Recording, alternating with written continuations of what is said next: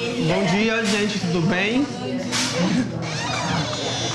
Tudo bem? Bom dia, queridas. Tudo bem? Sou o Alan, sou a César da UBS Sacomã. Legal, prazer, eu sou a Natália. Tudo bem, querida? Prazer. Linda. Tudo bem, amor? E a Liliana vai com a gente hoje também. Isso, a minha enfermeira.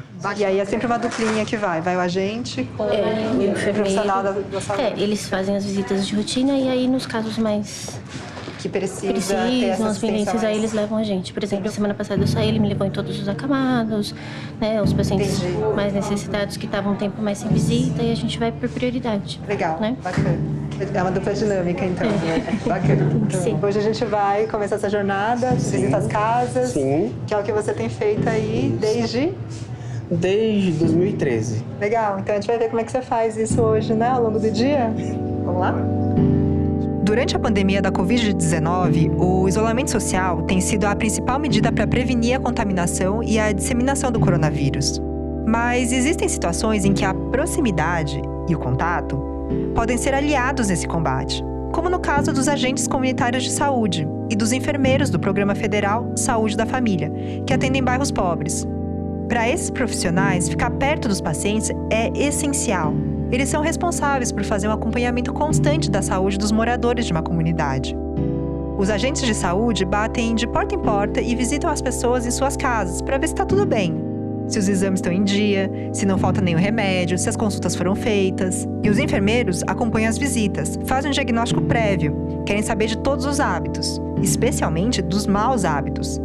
E dão uma bronca quando alguma coisa está fora do lugar. Sabe aquele velho ditado, é melhor prevenir do que remediar? Então, esse é o lema desses profissionais. E para fazer esse trabalho de prevenção, eles precisam acompanhar e compreender o cotidiano dessas pessoas, estar ao lado delas e criar um vínculo forte. Mas, com a pandemia, essa proximidade teve que ser alterada. Eles agora dão orientações na própria UBS ou à distância, sem entrar nas casas. O impacto do coronavírus e também de mudanças como essas no atendimento domiciliar é ainda maior em bairros vulneráveis, como Heliópolis, a maior favela de São Paulo e uma das maiores do Brasil. E é para lá que a gente vai nesse terceiro episódio do Jornadas. Lá, a gente acompanhou, em dezembro de 2019, a rotina do agente de saúde Alan Batista e da enfermeira Liliana Carvalho, que são, para milhares de pessoas, a porta de entrada para um atendimento médico. Seja bem-vindo ao Jornadas, um programa da Rádio Batente, a central de podcasts da ONG Repórter Brasil. Eu sou a Natália Suzuki. E eu sou o Thiago Castelli. O Jornadas é um podcast que acompanha em loco a jornada de um trabalhador ou de uma trabalhadora. Bom, desta vez a gente acompanhou um trabalhador e uma trabalhadora. Nesse caso, o Alan e a Liliana. Como a gente dizia, muita coisa mudou na rotina dos profissionais de saúde do fim de 2019 para cá. Por isso, antes de mergulhar na jornada do agente de saúde e da enfermeira e mostrar a importância e o funcionamento do atendimento domiciliar, a gente tem um relato sobre os impactos da pandemia em Heliópolis. Em maio desse ano, eu conversei por videoconferência com a Kátia Silva, a gerente da Unidade Básica de Saúde do Sacomã, que atende Heliópolis e é onde trabalham o Alan e a Liliana. Ela contou como é a estratégia de enfrentamento do vírus na comunidade, onde vivem cerca de 200 mil pessoas. Até o dia da entrevista, 372 tinham morrido por complicações da Covid-19 na região atendida pela UBS. 7 pessoas por dia desde o início da pandemia. Como que a UBS gere e como que esses profissionais estão sendo colocados, né? Eles enfrentam esse contato, né, no dia a dia para esse trabalho tão importante. Então, nesse momento, a orientação que a gente costuma dar para a equipe é evitar entrar na residência do usuário. A gente busca fazer uma orientação mais ao ar livre, conversar pela janela, tentar identificar no quintal se tem alguma pessoa que esteja doente, dar as orientações dos cuidados. Em Heliópolis, vocês estando aí, vocês têm enfrentado nesse trabalho preventivo resistência da população em relação ao entendimento do perigo da contaminação do corona? E vocês sentem que as pessoas na comunidade têm respeitado a quarentena ou tem sido difícil, até porque é um lugar onde a vulnerabilidade socioeconômica é mais alta, as pessoas precisam trabalhar, enfim? Tem essa dificuldade, sim, principalmente aqui na comunidade que existe muito comércio informal, não tem muita vigilância, então as pessoas acabam na rua trabalhando e essa dificuldade a gente tem encontrado desde o início da pandemia. O trabalho de conscientização, ele está sendo feito assim, diariamente principalmente em parceria com essas ONGs. Uma coisa que a gente percebeu muito foi o aumento do uso de máscara pelas pessoas circulando na comunidade, porque no início não tinha. No início tinha muita gente circulando sim, porém sem nenhum cuidado. Inicialmente a orientação era essa, o máximo possível de distanciamento, que ficasse em casa. Só que a gente percebeu que isso não estava causando muito impacto, que as pessoas continuavam nas ruas, os comércios continuavam abertos. E aí a gente começou a orientar que tivesse o mínimo de cuidado. Máscaras, confecção mesmo de máscara caseira por alguma costureira, alguém do local que pudesse estar fazendo esse material. A distribuição de álcool em gel, principalmente nas feiras livres, para essas pessoas que trabalham em locais que não têm acesso à lavagem das mãos, porque evitar que essa população esteja na rua, a gente viu que não dá. Nada fácil, hein, Nath? Todo o trabalho de prevenção que a OBS já fazia ganhou novos desafios, uma completa reviravolta. A gente percebe que esse serviço, para lá de essencial, mudou de cara com a pandemia. Mas a equipe não se intimidou, se adaptou e segue em frente para dar apoio à comunidade, né? Exatamente. O Alan, há anos, acompanha 200 famílias de Heliópolis, quase 1.000 pessoas. Ele continua conversando com elas, mas agora pela janela ou do outro lado do portão, para manter o distanciamento social. Além disso, ele passou a distribuir e pregar folhetos informativos sobre o coronavírus nos postes e a participar de mutirões nos semáforos para expor mensagens de precauções contra o vírus. E a Liliana, que também visitava dezenas de casas por semana, passou a ter como foco a triagem de possíveis infectados dentro da UBS. É claro que essas novas funções são temporárias. O Programa Saúde da Família tem como base a prevenção e a proximidade com os pacientes. Se a pessoa não pode ir ao posto de saúde, o posto, de alguma forma, vai até a casa dessa pessoa. A equipe faz uma verificação básica e marca exames, se for o caso. Essa é uma porta de entrada para o SUS, o Sistema Único de Saúde. E quando a pandemia passar, vai continuar sendo assim. O Alan e a Liliana vão voltar a percorrer Heliópolis, batendo de casa em casa. Ou nem isso, na verdade. O Alan é tão conhecido na comunidade que é só caminhar pelas vielas que ele, quem mais estiver junto, é convidado pelos moradores para entrar em seus lares. Foi isso que eu vi em dezembro, quando a gente não tinha nem ideia de que a pandemia estava chegando. Eu encontrei com a Alan e a Liliana na UBS Sacomã numa sexta-feira de dezembro, às 8 da manhã. Fazia só uma semana que a Liliana tinha sido transferida para essa unidade, então o Alan estava ajudando ela a se familiarizar com tudo. A gente foi caminhando pela Estrada das Lágrimas, uma avenida grande e movimentada que margeia Heliópolis. E é onde fica a UBS. As manhãs são sempre reservadas para as visitas aos moradores. Vamos fazer umas visitas de algumas pessoas que requerem atenção, né? Vou na casa de cada um, eu sento, converso, eu oriento. Porque essa parte da orientação é muito importante para ele estar se cuidando, indo em consultas periódicas com o médico. Entendi. Tomando as medicações corretamente. Quanto tempo mais ou menos dura essa conversa com o pessoal? Então, tem com a família toda? Então, geralmente tem sempre alguém que fica mais falar com a gente, que tem mais vínculo mais forte. Embora tenha 5, 6 pessoas, sempre a pessoa mais chegada a nós, que é mais compreensiva também. Aí. Mas geralmente, muitas vezes, é orientação para a família. Tem casos que eu levo meia hora, porque tem uns idosos que falam mais devagarzinho. Tem que ser bem compreensível, explicar para ele. Às vezes eu falo 1, 2 vezes. Quando eles estão acompanhados, né, com a gente acaba sendo um pouco mais demorado, né? Então, são dias que eles acabam fazendo um número menor porque a visita é mais longa, né? Explicar fluxo de atendimento do posto, né? Se tem alguma dúvida. E as inspeções, né? Dengue, tuberculose, hanseníase. Ver se está tomando a medicação, ver se está com receita vencida, né? Ver se tem alguma pendência para agendar consulta ou algum problema que eles trazem pra gente. E quantas famílias você consegue atender num dia, assim? Então, geralmente a minha média é de 10 a 15 visitas. O Alan contou que trabalha como agente há 4 anos e tem família que ele visita desde o primeiro dia. E lá na UBS eu reparei num detalhe interessante.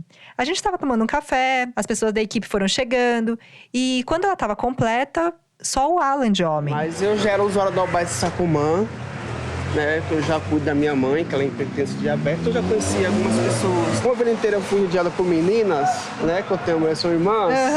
Eu falei, vou tentar. Quem sabe eu seja o único homem da UBS Sacomã de ACS. Essa sigla, ACS, quer dizer Agente Comunitário de Saúde. Porque até então, quando eu entrei, tinha quase 12 meninas e eu sozinho de homem. Eu até falo que eu sou o único homem da CES, da Sacomã, não tem como você não me achar. Você é daqui dessa região? Sim, eu sou morador de Heliópolis desde 1987. Desde 87? Mas quantas mudanças tiveram aqui nessa região de Heliópolis? E parte desse pessoal que você assiste, você já conhecia por ser do bairro ou não? Sim. Heliópolis parece ser muito grande, todo mundo se conhece. Às vezes eu até brinco, eu posso na Paulista, sempre alguém do Heliópolis lá que me conhece. Não acredita? Porque geralmente o morador de Heliópolis já conhece Heliópolis de ponta a ponta. Então, é isso que eu tô pensando, porque eu tô aqui Tem na... dificuldade em achar rua, entendeu? Em achar viela. Agora, quem mora de fora, tem noção como que é o fluxo, né, do dia a dia das pessoas. Legal. E quem que a gente vai visitar hoje primeiro? Olha, tem a Dona Iranice, que é muito bacana, a Dona Maria. Então, estão as senhorinhas muito anfitriãs, né? Bacana. Segundo o meu roteiro, eu pretendo ir na casa da Dona Maria, né? Que é na Rua Santa Mara, lá em cima. São uns idosos, estão bem ativos, tem que ver, estou muito lúcido, mas requer a minha orientação. Claro. Porque o idoso, eles têm um pouco de dificuldade em tomar algumas medicações. São analfabetos, são analfabetos, né? É o famoso jeito, né? Carinhoso, atencioso, para ir compreendendo. Eu fico imaginando que, uma vez que você tem esse cuidado com a tua mãe, acho que também facilita, né? Tudo fica um pouco mais... né? Você acaba aplicando um jeitinho, assim. Esse trabalho de abordagem, você sempre trabalhou assim ou você antes trabalhava no hospital? Como é que... Há 10 anos eu tô na saúde pública, né? Eu sou enfermeira há 15 anos, então eu fiquei 7 anos no hospital, em emergência, em UTI, mas daí agora 10 anos eu tô na saúde pública. E você prefere do que trabalhar dentro do hospital? Prefiro. Eu sempre gostei, mas eu achava que eu tinha que ter um embasamento diferente primeiro, sabe? Então eu fiz residência em UTI, trabalhei em emergência, então eu acho que tendo essa base, você trabalha em qualquer lugar. A gente saiu da Estrada das Lágrimas, pegou uma viela e entrou em Heliópolis. Heliópolis é uma comunidade consolidada. Os primeiros moradores chegaram ainda nos anos 70. Já tem muito tempo que ela não é mais uma favela de barracos precários, ou, pelo menos, grande parte deles já não é mais assim. A gente foi seguindo por vias bem estreitas, com sobrados de 2 e 3 andares nos dois lados. As casas eram de alvenaria, umas pintadas, outras com tijolos aparentes, sem reboco. As suas são praticamente todas asfaltadas. Tem muita antena parabólica, muito emaranhado de fios nos postes, muito comércio. É uma comunidade bem vibrante, mas ainda assim com todos os problemas de um local pobre. Realmente parece um local muito dinâmico, muita coisa acontecendo ao mesmo tempo. Praticamente uma cidade dentro de uma comunidade, né? Isso me faz pensar nos impactos sociais que a pandemia deve ter gerado por lá. Sim, é bem complicado por causa da movimentação e do comércio informal, é claro. E também pelo impacto na economia. Na pesquisa para esse episódio dos Jornadas, eu vi um estudo que apontou que 68% dos moradores de Heliópolis tiveram perdas de renda depois que começou a crise do coronavírus. 74A? Isso. Dona Maria! Tchau. Bom dia, querida. Licença, Dona Maria, bom dia. Pode entrar pra cá.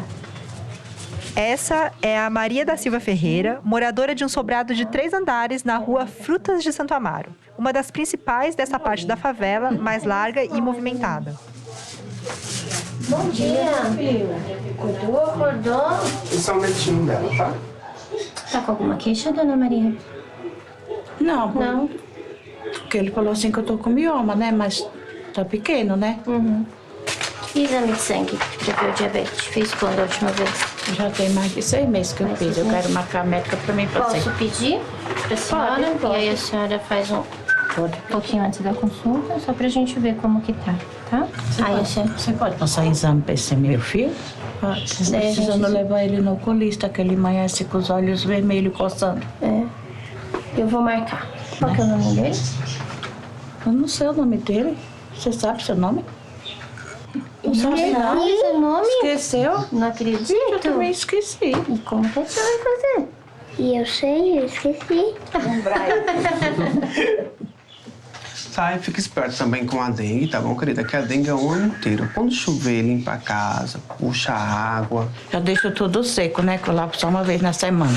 Eu ponho veneno nelas. Que isso? Tacando veneno nas plantas, coitadinha. Pelo que percebi, a preocupação do Alan com a saúde dos moradores é na entrada e na saída das casas. Ele sempre inspeciona o quintal dos moradores? Sim, essa é uma das principais missões do agente de saúde, orientar sobre focos do mosquito da dengue, da malária, da leishmaniose. Ele está sempre de olho nisso. E naquela época, o cuidado maior era prevenir a epidemia de dengue por causa do verão. A gente nem imaginava o que estava por vir. A senhora acha importante esse trabalho da Liliana e do Alan? Eu não tenho do que me queixar, não, né? Sempre que eu vou atendida. O que a senhora acha de O Alan sempre também chega aqui, a gente conversa numa boa. E agora, a casa de quem? Maria Irenice. Maria Helenice. Irenice. Oi. Tudo bem, querida? Bom dia. Eu vim acompanhado hoje, tá bom? A minha enfermeira. Bom dia. A gente tá com uma trupe. Vamos entrar? Licença, bom dia. Pressão alta, diabetes? Eu tenho pressão alta, mas é controlada, Toma sim. remédio direitinho. Toma. Acho que é isso, né? Nossa, tá. Receitinha tá em dia. Dona Maria Papa Nicolau, Também eu fiz no começo do ano. a gente já viu? A doutora viu? Já, passa já. Mamografia. Tudo. Eu fiz dos ossos. Tá precisando de mais alguma coisa? Não, tá tudo graças certinho, tá tudo né? certo, graças a Tá Deus. acompanhadinha. Tô bem acompanhada. Esses meninos são a nossa salvação, viu? Eles explicam muitas coisas boas pra gente, como que tem que, né? São muito bons. Gosto demais do trabalho deles. E aí precisa mesmo, viu? Faz tempo que o Alan acompanha a senhora? Faz. Quase 2 anos já. Gosto demais do atendimento deles, como é que eles ensinam, explicam, né? Porque se não tem uma pessoa ali para explicar a gente, principalmente quando já começando a ficar assim, mais uma idade assim, mais, mais jovem, né? Eles funcionam assim como uns tradutores pra senhora, né? Sim, muito. Não para mim, como para muitas, né? Que às vezes não tem nem mais ânimo, tem muita coisa que a gente às vezes não tem nem mais vontade de ir. Eles vêm, incentivam, não é assim, vai lá, vai procurar o médico, sim. Então, isso é muito bom pra gente, né? É. Às vezes ele passa, eu falei, vem aqui, vem tomar um cafezinho, vem tomar uma águazinha, vem. Não posso, vem só um pouquinho, porque ele faz bem pra gente, a gente também tem que retribuir também, não é? A população entende a importância do papel deles e reconhece o trabalho. E demonstram isso com muito carinho, né? Pois é. Pelo que eu notei, o Alan acaba sendo mais do que um profissional da saúde. Ele é um cara que dá atenção para quem parece ter pouca, sabe? Ele senta, conversa, toma o tempo que precisa para fazer o acompanhamento. No fim, ele acaba compreendendo aspectos da dinâmica familiar que tem influência na saúde das pessoas. Ele sabe, por exemplo, quantas pessoas moram lá, o grau de parentesco, quem casou, quem descasou, onde foi morar. É impressionante. E a função do Alan é abordar as pessoas. Mas ele também é bastante requisitado. Alan, dona Tereza, até aquela senhora Camada, a Nora Cunha. É. A Nora veio pedir pra gente ver ela. Pediu? Será que ela tá em casa? Se ela estiver em casa. A Nora que cuida, só que a Nora trabalha. E ela é acamada. Então ela fica o dia inteiro na cama. A vizinha que abre pra gente, então... Que a enfermeira com a equipe. Eu tô trocando ela pra ir trabalhar. Vocês querem esperar eu trocar ela ou vocês... Semana passada eu vim e a pressão dela tava bem alta. E ela, eu tô acabando de trocar lá, ela tá quase vindo em casa, não vivo. Tô passando esse olhinho pra ver. Mas esse olhinho, não, esse aqui não pode. Esse aqui é sabonete. Esse aqui não pode passar na alergia. Não, eu passo e tiro pra... que tem outro óleo de passar. Esse não pode deixar na pele. Não, eu sei. Esse é sabão desgermante. Tá, Senão eu vai vou piorar a abrir aqui. alergia. A gente viu que essa era uma visita mais delicada. Então o Alan e a Liliana foram sozinhos. Ivaneide, você pegou a pomada que eu deixei a receita? Eu não tenho tempo, não. Quando for dia 3 agora, pede meu Papa Nicolau também. Eu vou falar com a doutora de novo, ver se ela ajuda. Porque ela falou que a senhora faltou numa consulta. Eu tô dentro do dia 3 agora, não deu pra eu ir.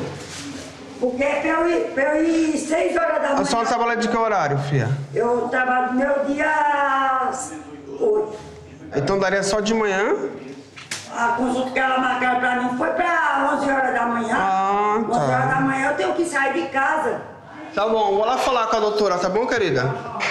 Tchau, então bom dia, amor. Você acompanha ela faz tempo? Depois que ela adoeceu, ela quis cadastro. Aí eu cadastrei, é bem acompanhada, mas ela depende da nora, da ex-cunhada, cuidar dela. A gente sugeriu que eu arrumasse alguém para cuidar, ajudar ela a cuidar também. Mas ela refere que não tem muita renda para estar pagando alguém, né? E a questão é que ela fica sozinha o dia inteiro. Aí ela fala que ela faz o que ela pode. Eu falei, mas de que, né? Que arrume alguém para estar ajudando ela também, né? Então, a gente faz muito o que a gente pode, mas a família tem que envolver também na situação, né? A gente já vê questão social aí para conversar, né? Para ajudar alguém, para ajudar ela a cuidar dessa senhora. Isso que eu ia perguntar para você, o trabalho, nesse caso, né, não é só da saúde, também tem uma questão de assistência social. Vocês trabalham com... Sim, que tem a equipe NASF, né? A sigla NASF significa Núcleo de Assistência à Saúde da Família, um programa da rede pública composto por fisioterapeuta, psiquiatra, nutricionista, acupunturista, geriatra, entre outros. São 19 especialidades no total, um time tanto. E aí, de alguma forma, é complementar o atendimento de vocês com a da assistência. Sim, são os profissionais a mais que vêm com a gente. Entendi. Esse caso complicado mostra que o Alan e a Liliana se confrontam com situações que extrapolam o atendimento médico. O trabalho deles é importante, já que são os únicos que poderiam perceber que a paciente precisa de outros cuidados, como os da assistência social. E, além disso, eles têm condições para fazer esse caminhamento. Exatamente. Beleza, agora a gente está nessa casa aqui. Isso. Dona Tereza, a senhora mora aqui no fundo, para depois passar. É uma senhora que ela tem pressão alta, diabetes, faz uso de insulina, faz parte da MG. O que é MG? É um programa que a pessoa faz esse auto-monitoramento de diabetes. O posto fornece isso. Todo paciente que toma insulina, eles recebem um glicosímetro. Isso. E aí eles fazem o automonitoramento, né? Entendi. Dos valores. Pega tudo pertinho. Aqui é a Rosana Tamara. Falei, 90% dos pacientes meus são aqui. Dona Tereza? Essa é a Tereza Oliveira, que recebeu a gente na casa dela. Bom dia, prazer. Sou Liliane, enfermeira nova da equipe. Tudo bem com a senhora? Graças a Deus. Então tá já. Eu vim conhecer a Liliane. Separa sua receita, tá bom? Dona Tereza, deixa eu ver as receitas da senhora. Pra ver se tá em dia. Ó, eu tomo aqui, ó. Como que a senhora mede o controle, Dona Tereza? De manhã? De manhã, depois do café. Tem que ser antes. Quanto tempo depois do café? Termino de tomar e eu já dou uma agulhada. Mas tá errado, então, Dona Tereza. Então tá tudo errado. Sabe por quê? Porque se eu comer uma fruta, vai estar um valor. Se eu comer um pãozinho, vai estar outro. Se eu comer 2 pãezinhos, vai estar outro, né? Então é sempre antes do café, tem que ser em jejum. Então, porque o médico falou pra mim que depois do café eu tomasse a insulina, né? Sim, a insulina depois. Mas o controle pra furar, ele precisa ver antes. Então, a senhora acorda, fura o dedo, faz o café, toma o café e depois toma a insulina. Combinado? Tá bom. Como que a senhora sabe que tá bem? Não, porque quando mexe com ela, que ela tá alta ou alguma coisa, eu sinto assim a diferença, sabe? Eu sinto a vista meio embaçada, ela embaça assim. Aí eu fico assim meio com sono, assim, aí eu vou já lá medir, pra ver como é que tá. Já tá vendo? 343. Se eu pego esse valor em jejum, é uma coisa. Se eu pego esse valor pós-café da manhã, é outra coisa. Ó, não tem quase nenhum valor abaixo de 200. Então, a gente não consegue controlar daí, tá? Só um dia desse que eu fiquei uma semana eu medi a diabetes, estava 140. Eu não gosto de tomar remédio, a verdade é essa. Eu não gosto. Eu só tomo à força, porque eu sou obrigada a tomar. Mas eu não tomo.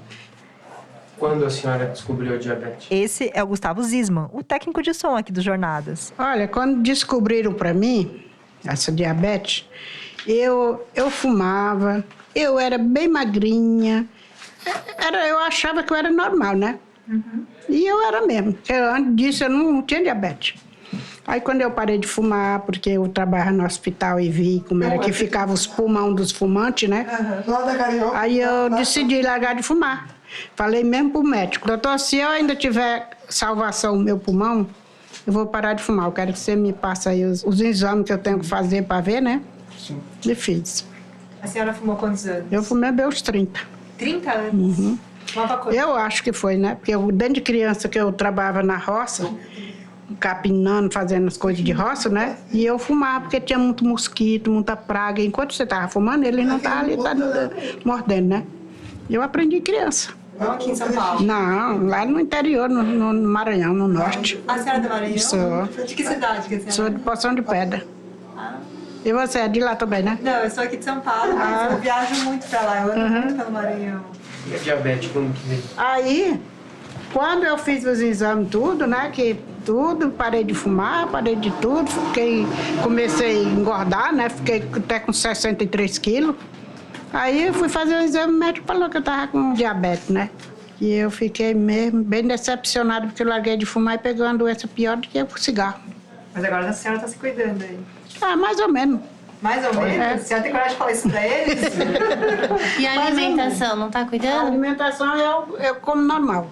O que é normal? Como verdura, não como assim muita gordura. Eu como normal o que eu gosto de comer, né? Mas e o açúcar? Eu tomo só meu açúcar aqui, só tempero minhas coisas com meu açúcar. Cadê ele? Mas esse também a senhora não pode. Nenhum a gente pode. Minha irmã, eu vivo por Jesus Cristo, porque eu já tentei tomar café amargo, não dá certo. O diabetes gosta de tudo que não é pra gente comer. De tudo que é gostoso, ele gosta também. Tá bom. O diabetes gosta de tudo que é gostoso. Maravilhoso. Quer dizer, eu tô entrando na brincadeira da Tereza, mas o papo é muito sério. E achei impressionante notar como uma visita de rotina tenta corrigir todo o rumo do acompanhamento de uma doença grave. Não, total. Com isso, dá para imaginar o prejuízo que tem uma comunidade tipo Heliópolis sem essas visitas domiciliares. Porque os agentes tomam um tempo razoável para explicar as coisas para o paciente e, então, convencê-lo a mudar de hábitos. E a dona Tereza era jogo duro, viu?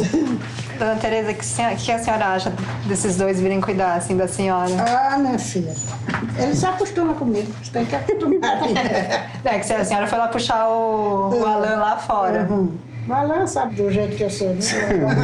Como que ela é, Alan? Ela é uma senhora bem, assim, anfitriã, me recebe bem. Ela cuida direitinho das diabetes? Olha, é uma senhorinha que requer muita paciência com ela, assim. Normalmente os pacientes que tomam insulina, perfil rebelde, né? Mais rebelde? Então, elas são Alta? 20 por 12. Tomou o remédio hoje? Agora. Também já, Muito alto. Também. Mas ela baixa. Pode deixar que ela baixa. Sim, como a senhora não ama? Imagina, mulher. Eu tomei o remédio da agora, não precisa não. Agora quanto? Da agora de manhã. Tá 20? Não vai ter nada não, pode ficar tranquila. Dona Teresa, para de ser teimosa. Fica não, filha. Chama a ambulância, Cristiano. Deus me livre. É tão aqui pertinho, ama, aqui tô em Pertinho, vai ali, o médico te vê. Dá 10 minutos. Não, pode ficar tranquilo. Se eu sentir coisa, eu vou Tem lá. como a gente ficar tranquila, Potinho, viu? Eu vou fazer assim, eu vou fazer as outras visitas e na volta eu vou ver de novo. Tá Se bom. tiver alto, Então, a senhora vai, você a senhora passa vai aqui voando. depois. Não brinca não, Dona Teresa. Eu sei, minha querida. Então daqui a pouquinho eu volto aqui. Se vocês voltassem a não abaixar, aí eu vou. Tá bom. Sempre fica repousando um pouquinho. Tchau, filha. Vai com Deus, viu? Tchau, Dona Teresa. Descansar aqui. Até mais. Acho que a gente vai voltar ainda, Dona Teresa, não sei. Pode voltar quando você chegar, ela vê aqui o quintal todo dia aqui. Nessa visita, deu para entender bem como funciona o trabalho conjunto do agente de saúde e da enfermeira. O Alan, velho de casa, acaba sendo um facilitador do trabalho da Liliana. Ele toma café, dá risada, puxa assunto. E a Liliana cobra e avalia tudo.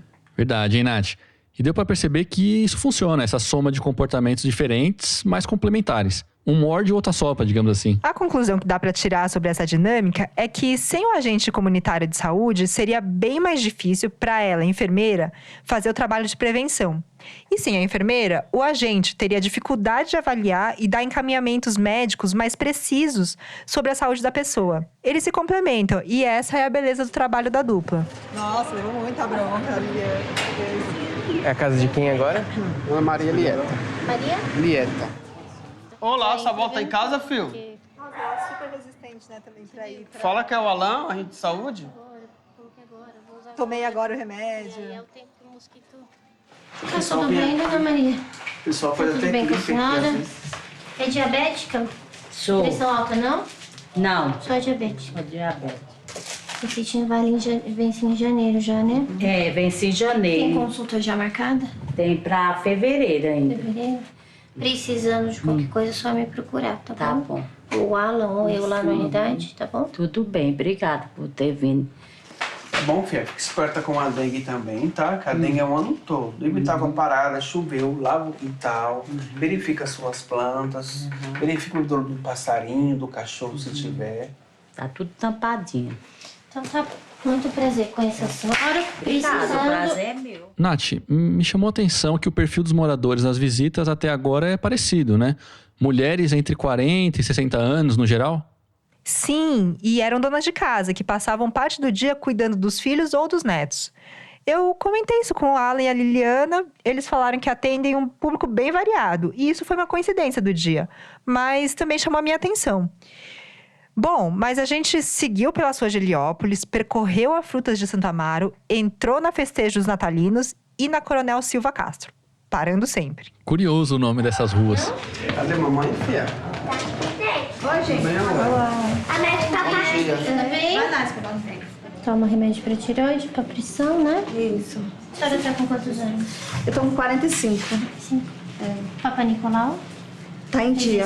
Fez esse ano? Fiz agora, semana passada. Posso passar?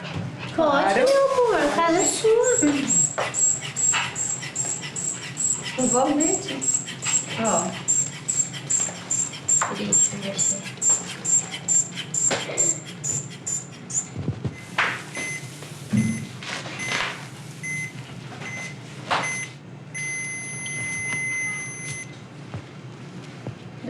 por 7.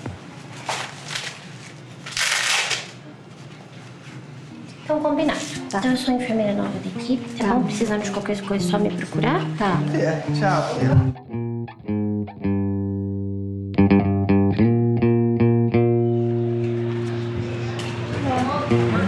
Bom dia, tudo bem?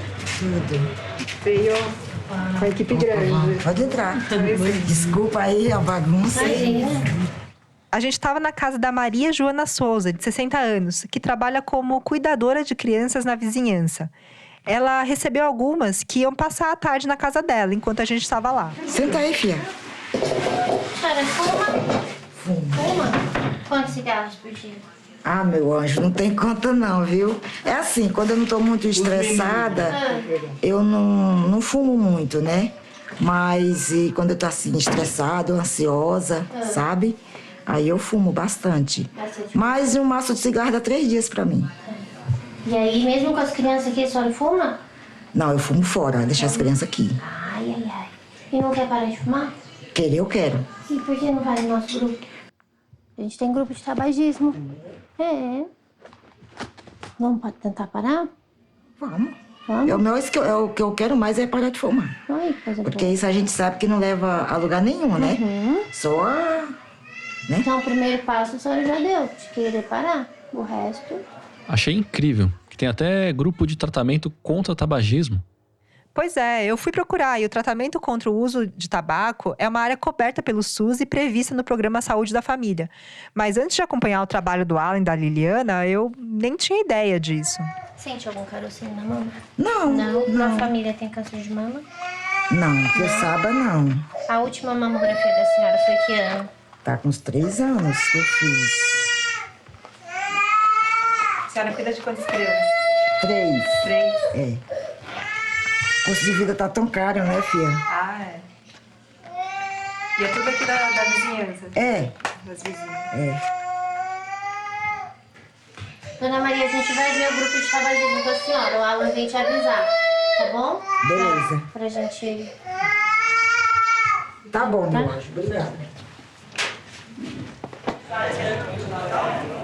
Juliana, você acabou de ter bebê, né? E aí eu tava vendo agora as crianças. E aí, e o teu... É uma menina? É menino. É menino? E aí? Tem 5 meses. E fica com Tá quem? ficando com a minha mãe. Com a tua mãe? É. Ah, e como é que é voltar, assim? Dá uma dorzinha, né? Mas... Enfim... mas eu pus na minha cabeça, já me culpei pelo parto, pela amamentação, E aí eu pus na minha cabeça que por voltar a trabalhar não ia me culpar, assim, sabe? Puxa, deve ser um misto de emoções. Ter que deixar o bebê em casa para se dedicar ao cuidado de um monte de gente que também precisa dela. Bom, então agora são quase meio-dia, 5 para meio-dia. A gente está saindo da comunidade depois de ter feito algumas visitas durante toda a manhã. Então voltando para o UBS Sacomã para ter uma reunião com a equipe de ACS, ou seja, dos agentes comunitários de saúde, com a enfermeira Liliana para discutir os casos e dar encaminhamento.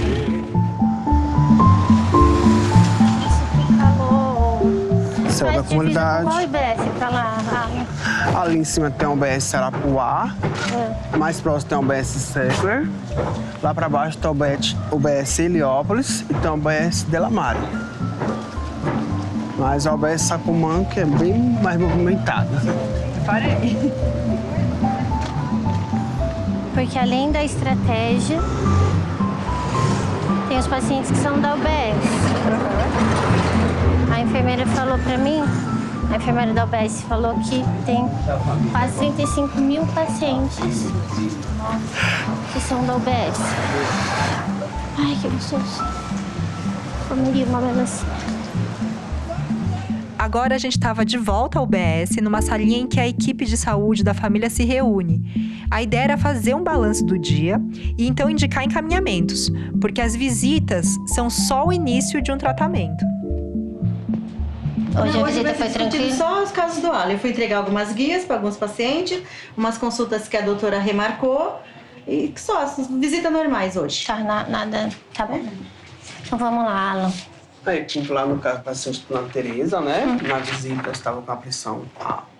Paciente, então, é hipertensa, diabética, insulino dependente, ex-tabagista.